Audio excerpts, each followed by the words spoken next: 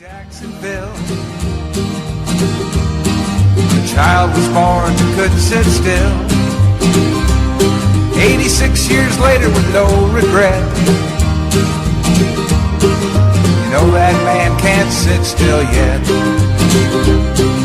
The Great Depression couldn't get him down. He worked for his dad's store in town, collecting money in small amounts. The poor whites and blacks in their furniture accounts. Stetson Kennedy wants us all to be free. Stetson Kennedy wants us all to be free.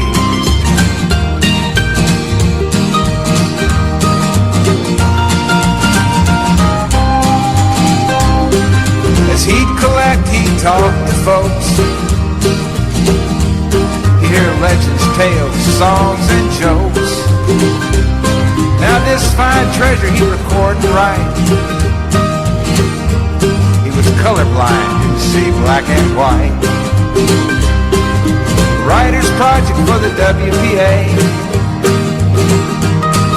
Zora Neale Hurston, he earned his pay. Crackers and blacks, they talked for hours. It was a barefoot history in this land of flowers.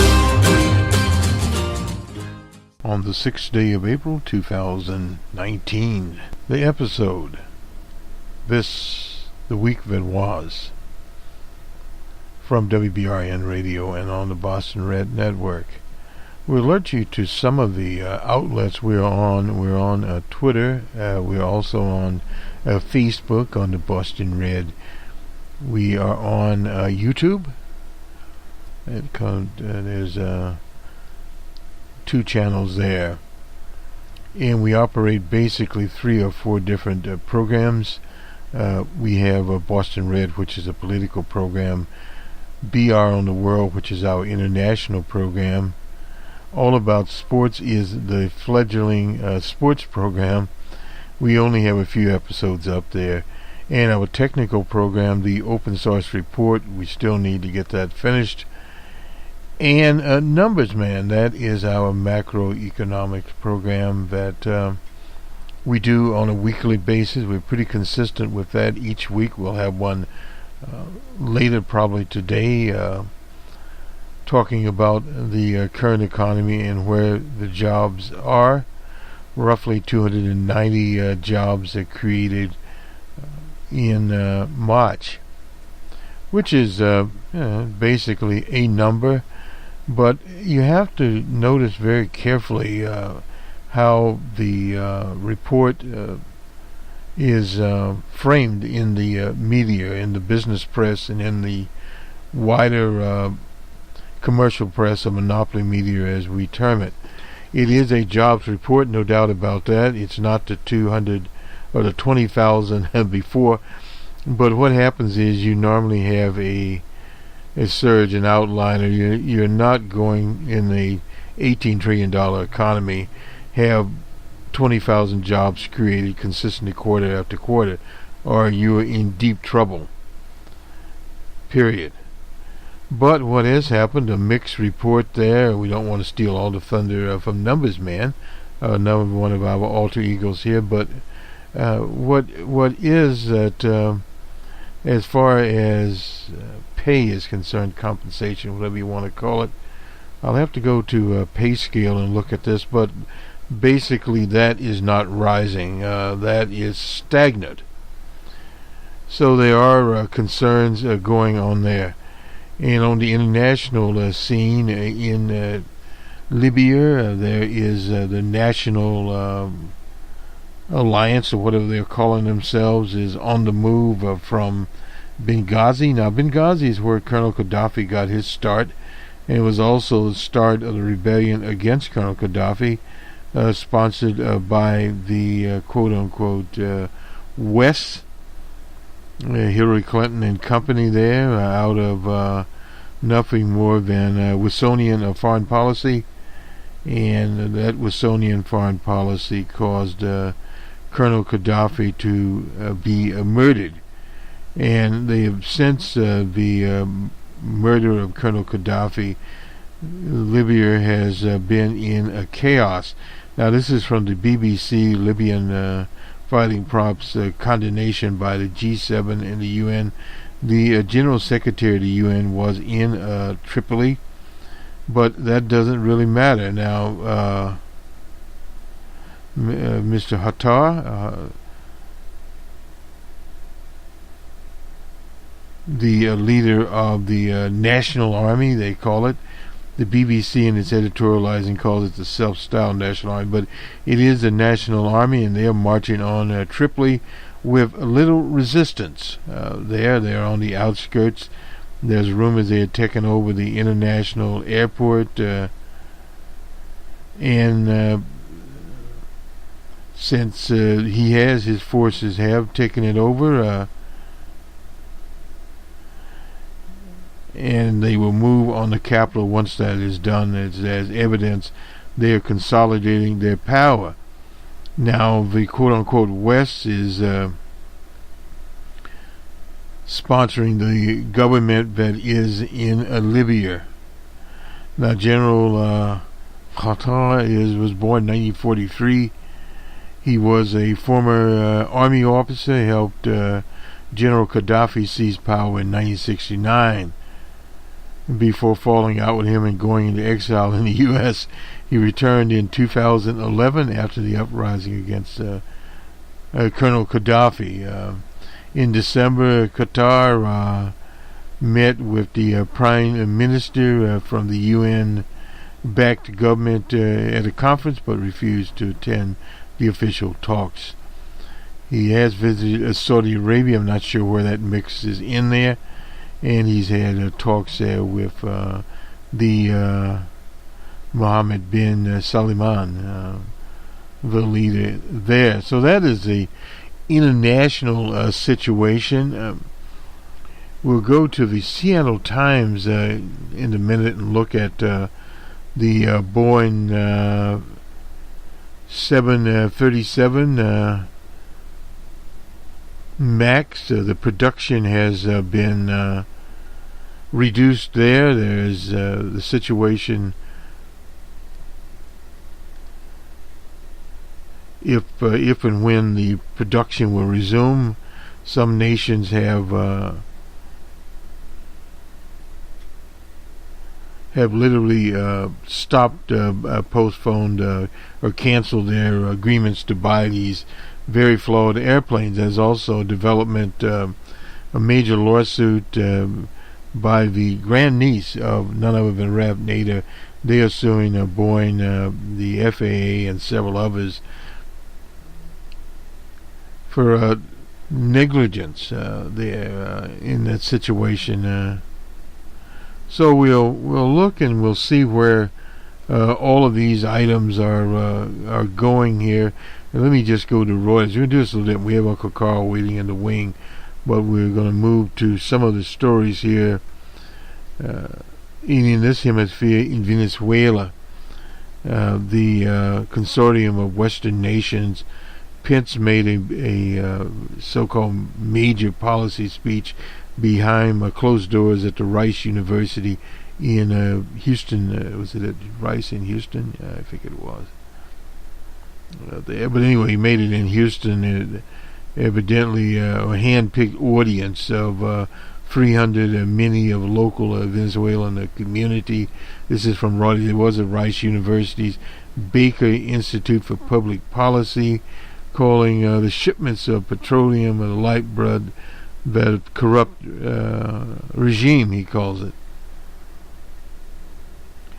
Of course, this Guaido character, Juan Guaido, is dismissed by Comandante Mundros Moya as a U.S. puppet and a clown, but evidently announcing further sanctions here on 34 vessels owned or operated by the Venezuelan oil company there, and also sanctioned 2 shipping operators and a vessel that delivered petrol to Cuba.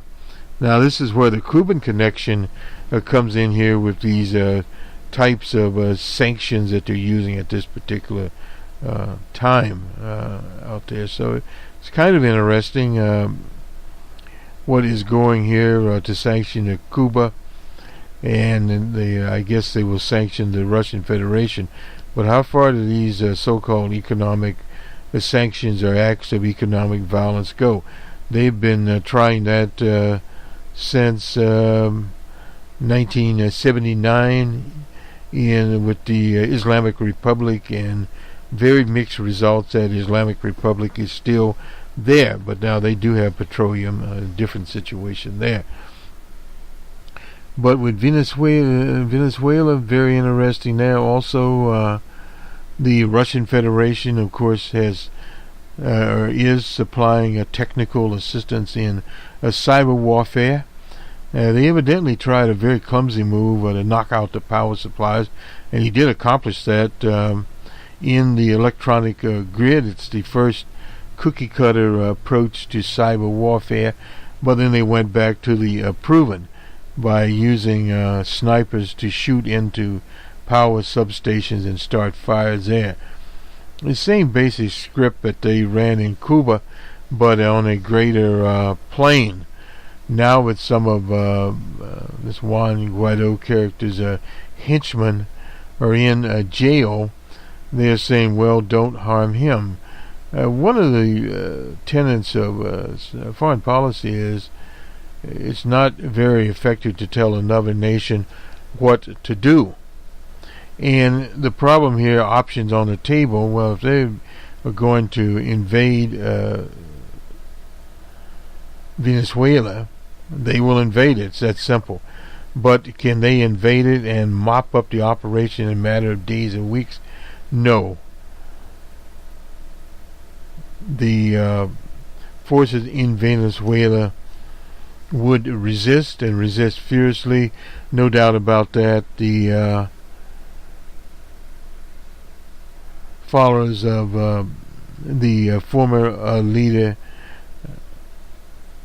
Chavez, the Chavistas, they would go into even a guerrilla war, and the problem is these characters, if they come in from Colombia, more than likely Colombia, or Brazil, it really wouldn't matter, because that type of conflict would spread into Colombia, no doubt about it, and then you'd create more refugees, and they would be making their way eventually to the U.S., and also at the same time Brazil. So in other words, you'd open a conflict there that would be a very large conflict, and the possibilities of attempting to pull Cuba into it, and the Russian Federation. Now the Russian Federation will do it with Cuba.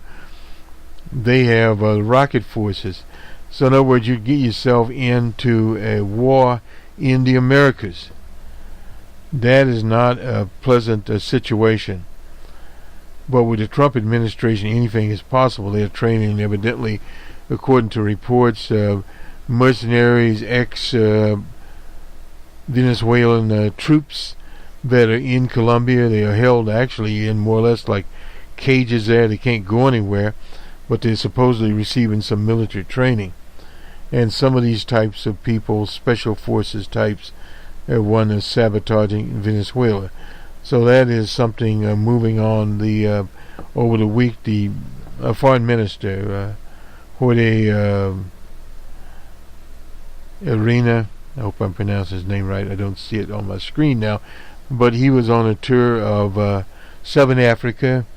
The Venezuelans were endorsed by the in South Africa by the National Party there, the National Congress, and the South African Communist Party. And he went on from state to state. He was in Syria also, meeting with the president there, Assad. And of course the Syrian government endorsed him. Now the Syrian government had been victims of not only economic violence, but of wars with various factions sent into Libyan territory, and of course with the Russian Federation there, they are now mopping up. The only areas that are still causing problems are these areas that the U.S. and some of their cronies occupy. So what we're having here is a very interesting situation in so-called foreign policy that is coming more and more to a head. One of the things we do understand is that business as usual in this hemisphere will not be a fact, period.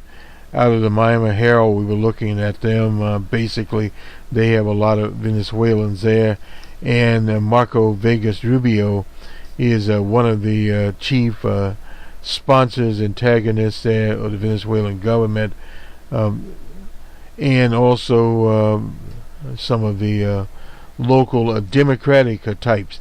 This is more of the foreign policy, Wilsonian foreign policy, after Woodrow Wilson. Woodrow Wilson, of course, was quote-unquote a Democrat. But that doesn't mean as much now, but the policy itself is still there, a racist foreign policy. And Comandante Maduro Mara has stated that this is what the issue here is. We see the ugly word white supremacy.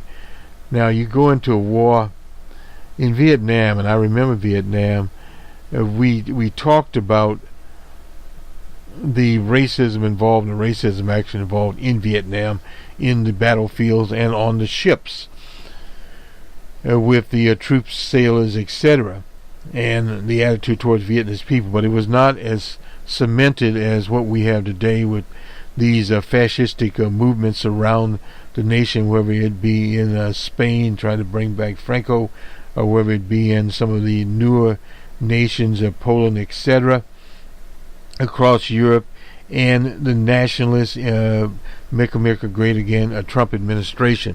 So this is these cries of white supremacy. You could get away from them. And Bernie Sanders is one of a few progressive candidates in the 2020 race, that has denounced the stance. Some others would go along with the program just simply to get along with the program. We're just looking at our time here, okay? If we have time, we don't have the story up here now. I think I'll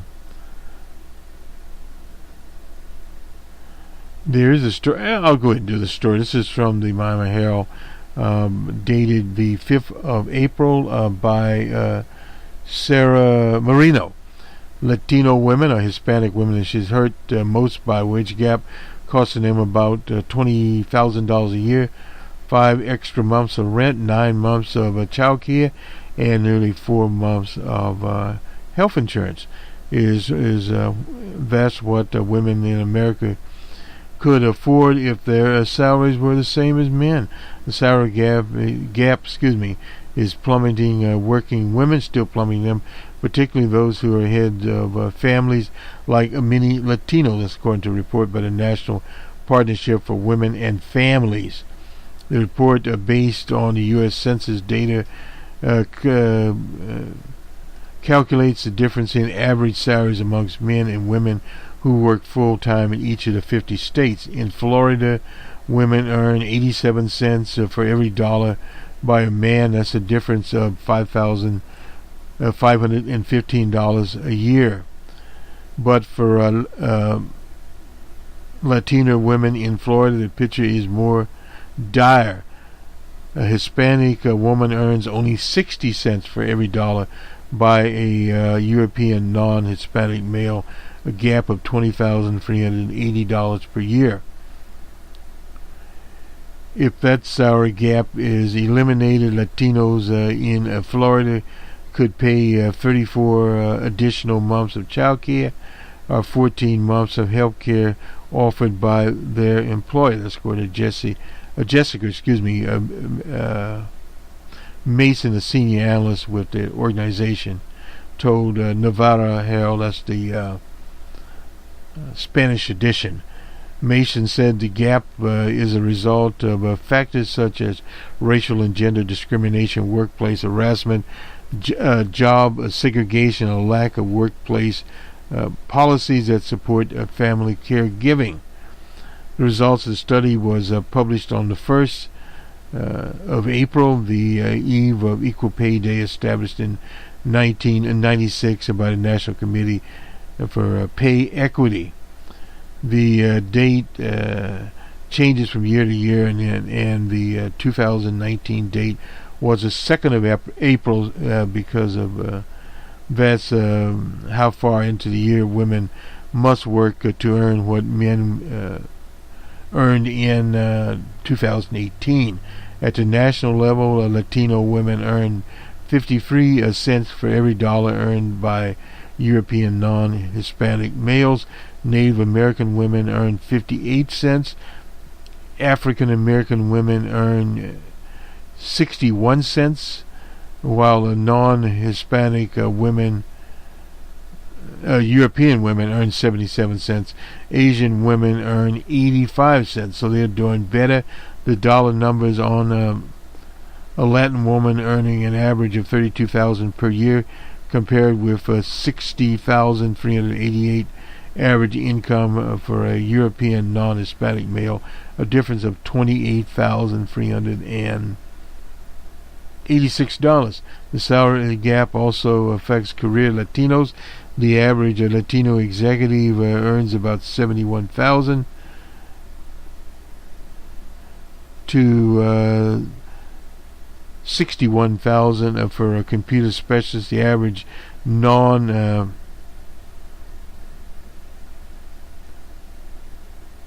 Hispanic European male in those jobs earn $100,000 a year. So $100,000 a year as opposed to $71,000 or $61,000 for a computer specialist. The biggest gap in Louisiana, Utah. Utah has a bulging tech industry out there, and Indiana and Alabama. The gap was particularly damning to mothers of children under 18 who are the major earners. They earn 71% for every dollar earned by the father. The wage gap is even larger with many women of color who face intersectional harms of gender and race-based discrimination. She noted in states like Florida, which has one of the smallest pay gaps, the impact on women is considerable because that money would be used to pay for housing, food, and services. Florida has one of the lowest wage gap rating, fourth from the bottom. And the loss of basic necessities are life-changing opportunities is no small matter, Mason says. And the Deborah Ness argues, this is the NPFWF, the salary inequality is not the result of any single cause, therefore any single solution. She added, the Paycheck Fairness Act that was passed by the House of Representatives last week to combat salary discrimination was encouraging. Ness also supports raising the federal minimum wage, and that's one of the things that Bernie Sanders is. I'll put this on the show where you can look at it, and we'll see if we can get the larger one. We'll go now to Uncle Carl. He wouldn't want to be left out. He's writing as usual in the Wall Street Journal on the 4th of May 2019. Don't count Joe Biden out is the title of the article. Prospective Democratic presidential candidates now get opposition research packets dumped on them before they enter the contest. Ask Joe Biden, who is edging close to joining the 2020 Democratic race. The former vice president was attacked Friday by Bernie Sanders supporter for encroaching on her personal space at her 2014 campaign rally, smelling her hair and kissing her on the head, leaving her uncomfortable. Conservative internet whizzes then made the touchy-feely Mr. Biden into Mimi as a creepy Uncle Joe. Biden subsequently apologized, has promised Wednesday to be more mindful because social norms are changing, and acknowledged that he is struggling in today's Me Too culture. This reinforces the sense that his first day as a presidential candidate will be his best one. Biden leads in early polls, as usually attributed to the strong name identification, and average of it could quickly erode as the race progressed, and it usually does. You usually don't want to peak this early. Biden's subsequent apologies and Biden also may be out of touch with a party that is increasingly progressive on policy. This could leave him apologizing endlessly for his Senate votes, including the 1994 crime bill, welfare reform, the repeal of Glass-Steagall, and the Iraqi war. That won't come into it. Glass-Steagall, very few people understand what it was. What it basically did was it allowed the big banks to get bigger. Factors in the March 28th Quantipic poll found that Democrats prefer 51 to 45, a candidate who shares their views to be the most electable, and Biden could be in trouble. Some observers say he made a mistake by not entering the race earlier. A talented staff and operatives joined other campaigns, and Biden lack of organization was evident in his slow rolling response to Friday's accusations. Democrats also worry Biden campaign wouldn't be nimble enough for social media age, because the candidate himself isn't, and with no proven ability to rake in small donations fueling other campaigns, Biden's expected to have money problems. That's one of the things Joe Lunchbox Biden has talked about himself. But what if Biden's a 7-point lead? This is in the real clear politics average is real. What if he stops apologizing except to repeat what he said last week? Not once, not never. Did I believe I acted inappropriately? It is to suggest I did so. I will listen respectfully. But it was never my intention. Maybe this early hubbub made him a better candidate, and the issue dwindles away when other candidates bring it up. And what if he says they all is something that they must defend, like being a National Rifle Association fellow traveler? Bernie Sanders, he couldn't wait to do that. A nightmare boss, Amy Klobuchar, false claiming to be a Native American, Elizabeth Warren. Well, Amy's moment of fame has basically passed. Elizabeth Warren, as DJ Trump calls her Pocahontas moment, everybody knows about it. And Bernie Sanders, forget about the NRA. In fact, that would help Bernie Sanders with many working class voters. What if Biden pushes an incremental liberal agenda that appeals to Democrats worried about supporting free everything and neo-socialism? We go from neoliberalism to neo-socialism. He could make a strengthening of Obamacare a priority and promise to fix the social safety net, helping working families, make the rich pay their fair share, reforming immigration, and pushing infrastructure bill. Well, that's the same thing that some of the others are doing here. What if he has a sister soldier moment? He might remind Democrats that their political opponents are not their enemies, and that when Washington was last broke, Democrats fixed it and healed the country by fostering bipartisanship. Well, a lot of them are talking about bipartisanship out there and aren't being listened to very much. Amy Klobuchar is talking about it. The little pencil neck from South Bend is talking about it. And Twitter King Booker is crying about it. I mean, you have all these birds out here roaming around that. Beto O'Rourke, incidentally, is across Iowa. He was in Clinton, Iowa. He was interviewed there by Latino newspaper. You go to our Facebook page, you'll find them up there. We like them. And then he went on to Marshalltown, Iowa. He's doing small town Iowa. Some people would say, well, it doesn't matter. But in Iowa, retail politics always matters, and they need to know who Beto is. What Beto does know is going to these small towns within a 20 miles, 25-mile radius. The local newspapers, weeklies will cover him, radio stations will cover him, and that gives him free publicity in those towns. And in some of the towns that have TV stations, they will cover him, and he's moving across Iowa, and he has plenty of time to do it.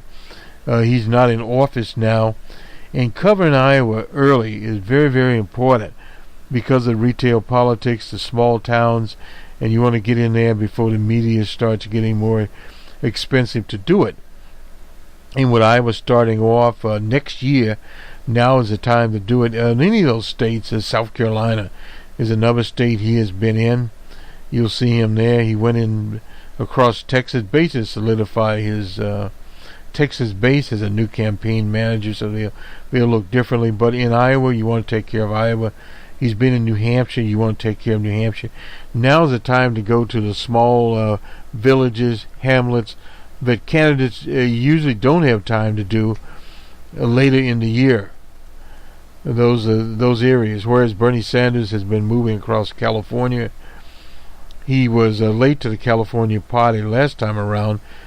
Part of the reason was California was in June, and when Bernie got there, Bernie was thinking perhaps he could do much better in California than he did, and Hillary Clinton came out on top. The reason for that primarily is most people are a little confused about California. California has a governor in the former mayor, San Francisco, Gavin.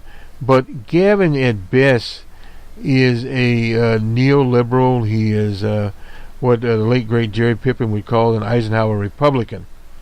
He's the man that attacked the homeless in San Francisco. So you have a Democratic Party there is not Bernie's people. They are a neoliberal, a liberal, a little left of center to a little moderate, middle of the roady type Democratic Party. That was the reason the appeal for Hillary Clinton out there in California.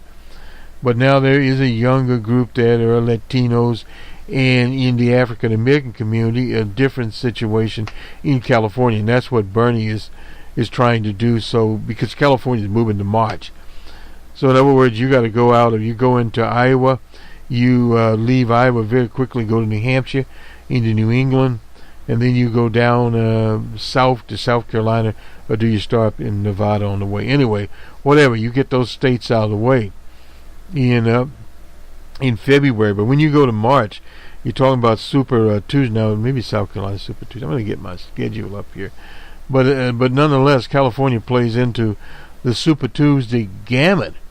So that means by April Fool's Day, a lot of these candidates coming out of California could be in pretty good shape. That's what Kamala Harris wants to do, is do well in California, and it'll make up for any deficits or weaknesses she has in other states.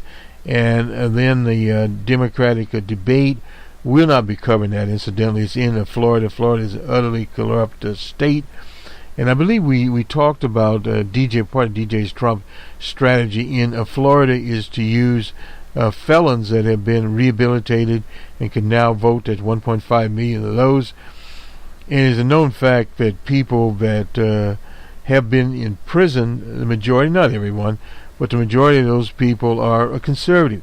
They've tried to game the system. It's what Marx and Engels call the lumpen proletariat. The types of characters, parasitic types, very individualistic for the most part. And this is where progressives have to really watch out what they're doing, because you don't want to be liberating a class of people that will backfire. Now, I'm not talking about political prisoners or people that have been in solitary confinement or people that were falsely convicted and in jail for 30 or 40 years. Now, that is a different class of criminal. But these criminals, quote-unquote, are non-violent criminals for the most part. And in Florida, that's why DJ Trump was pardoning some of these people, and Scott will remind them that they got pardoned in Florida. And the general, we're going to get some better data sets on this, but generally speaking, some people point to that they perhaps would be independents. But when you start talking about over 1 million registered voters. Even if DJ Trump only picked up 20% of those people, that adds in a very close race in Florida. We don't expect it to be that close in Florida at this particular time, but very, very difficult to do it. Let me move on here to the Washington Post, and this is the pizza man, Herman Cain, who was a candidate known as Mr.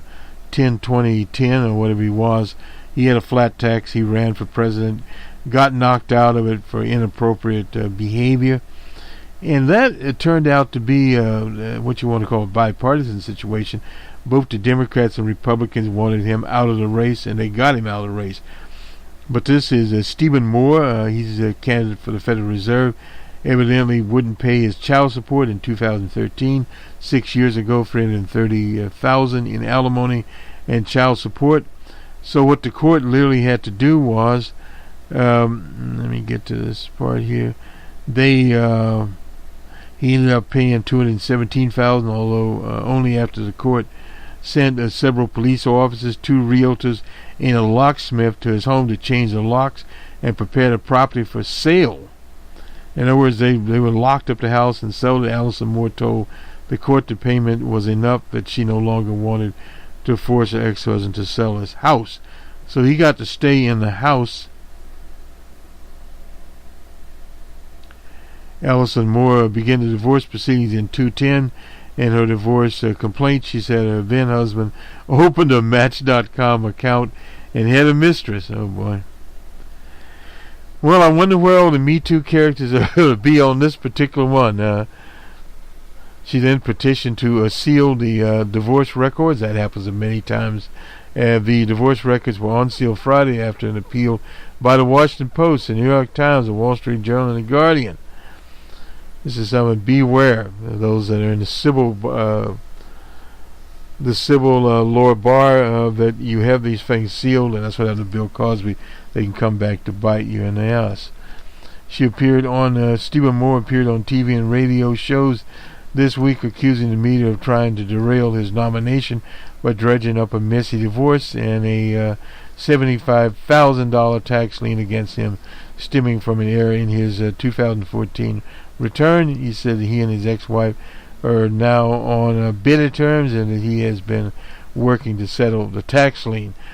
Well, that was the same thing the Republicans brought up about our own Stacey Abrams, a tax attorney, and she's on a payment plan. Many of us on those payment plans.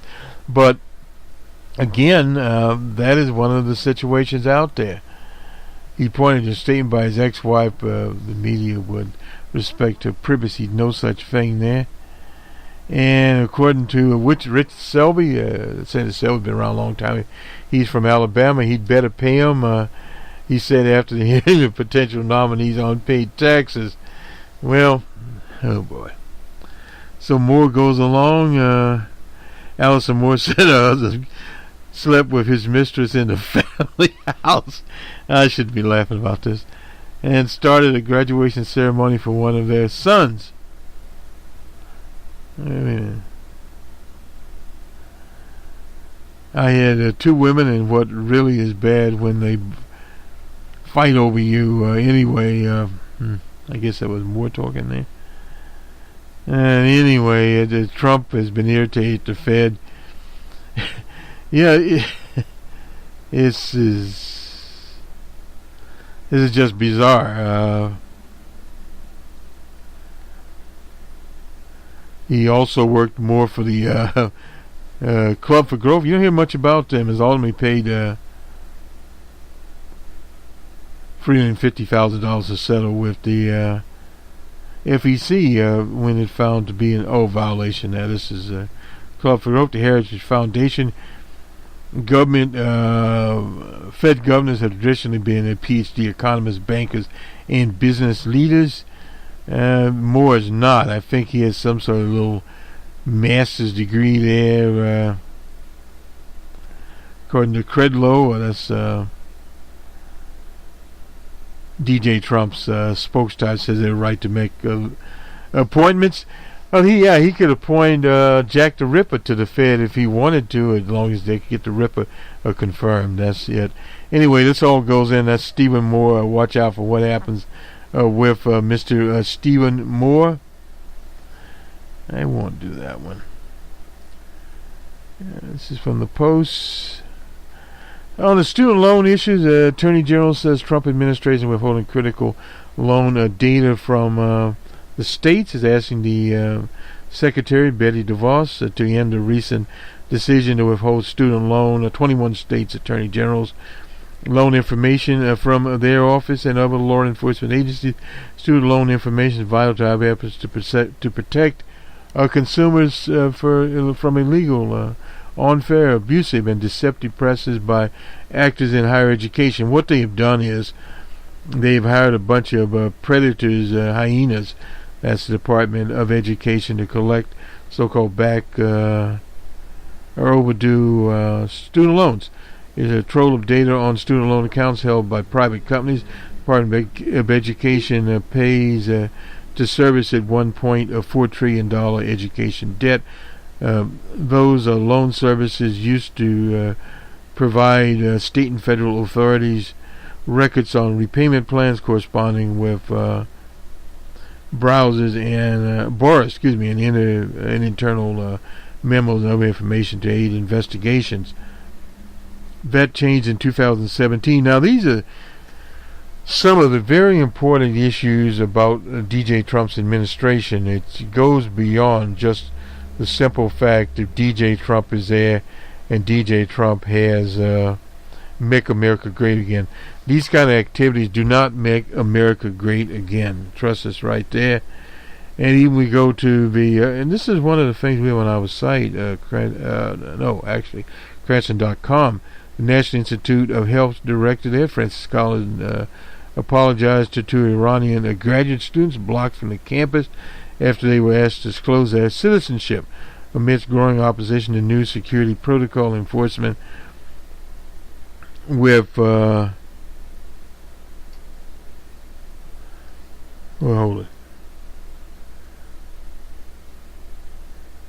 with saying exclamation and notices in email.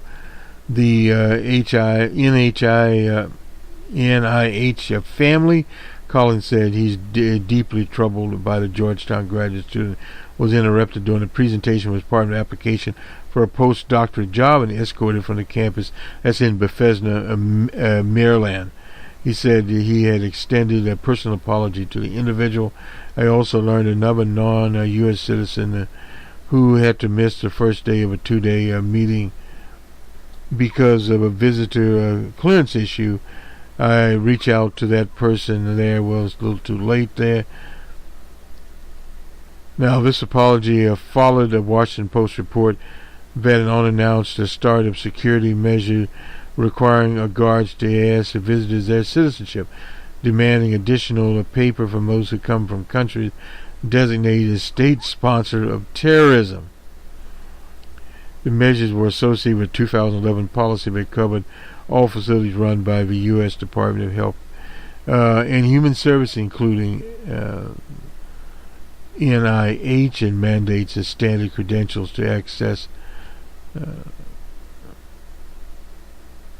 the buildings, networks, and computer systems. Well, the scientists described what happened to them as a troubling experience. He recalled, and Collins said he learned of the incident as a result of the Post inquiry. But neither the NIH's website nor that of the clinical center mentions that visitors or patients must disclose their citizenship, or those from certain countries must undergo advanced vetting.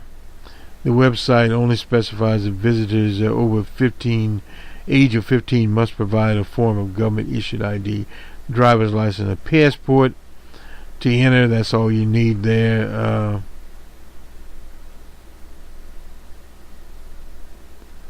So it goes on to say this Iranian citizen there, Farhadid, is an engineer from Yakima, Washington, was one of the unlucky ones. And 2 weeks ago, Farhadid said security guards called the NIH police and detained him for 10 or 15 minutes when he tried to donate blood at the campus. So we go. Anyway, to the Final Four in sports. These are the predictions. This will be the early game, Auburn and Virginia. This is what the analysts, Virginia is favored, a negative 5.5. One analyst, Medcap, has Virginia 69 to 64 over Auburn. Borzillo has Virginia 72 to 63 over Auburn. Guess away has Virginia 75 to 68 over Auburn, and Swartz has Virginia 69 to 50 on 10-point game there. And Cronin has Auburn, the only one there, 76 to 69. We favored Auburn, although I forget the overall. They don't have it listed here. And the Michigan State Texas Tech game, Michigan State by a negative 2.5. Texas Tech Raiders. This is Medcap at 70 to 67 for Michigan State. Rosello has Texas Tech. This is kind of interesting here. 64 to 60 over Michigan State, and Guessaway has Michigan State 61 and Texas Tech 60, and Swartz has State 65 to 60 over Tech, and Cronin has Michigan State 68 to 65. So you see a little split there. Let's go to the National Basketball League. The Raptors versus Hornets. Hornets 113 to 111. Hawks versus Magic. Magic 149 to 113. Spurs and Warriors. Spurs 129 to 112. The Celtics and Pacers in Indiana. Celtics 117 to 97. The Celtics win a road game.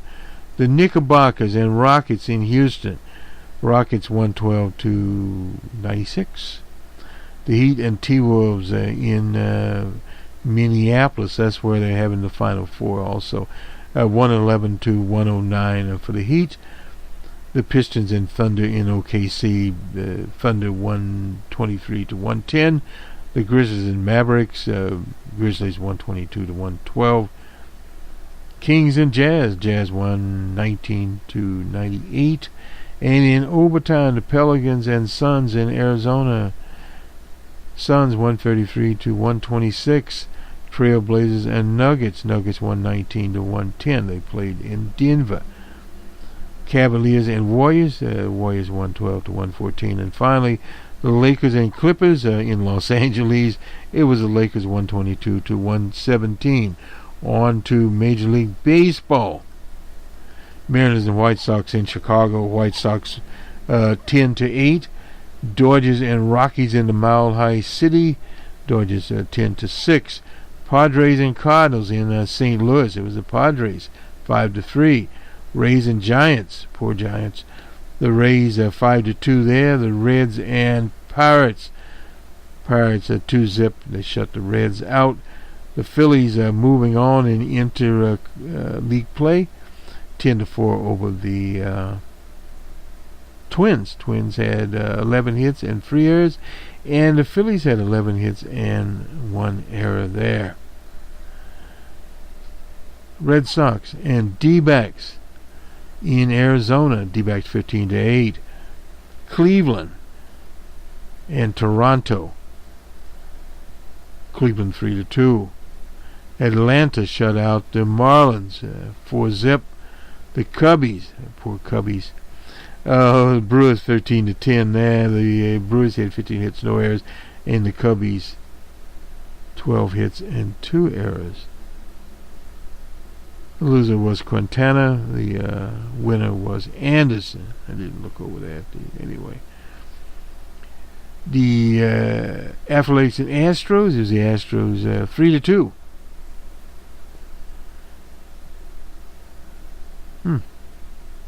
McHuff was the winner. Well, who McHuff was, doesn't matter. And finally, the Rangers and Angels in California. It was Angels 3 to 1. And another Anderson was a winner, Lynn was a loser, and Allen got the save. Didn't tell us much there. On to the National Hockey League. The Blue Jackets and Rangers, it was Blue Jackets 3-2. The Stars and Blackhawks in Chicago. Blackhawks 6-1 over the Stars. The Anaheim Ducks and Kings, it was the Ducks 5-2, and that is that. We'll see you on the Monday morning quarterback. Have a good weekend. I hope your favorites in the Final Four come out okay. A lot of money being spent. Hopefully we'll get the program up. Final program on All About Sports. We'll talk about the economics of the Final Four and how much money they bring in for the colleges. A very interesting topic there. And on Numbers Man, we gave the preview of there. Incidentally, you can catch us on YouTube, on Twitter, on iHeartRadio, on Stitcher, and various other outlets too numerous to name. And on the RSS feed, and of course at BostonRed.org. Several players are there. You can always catch the latest episodes there. And we're in the process of doing more. Good day.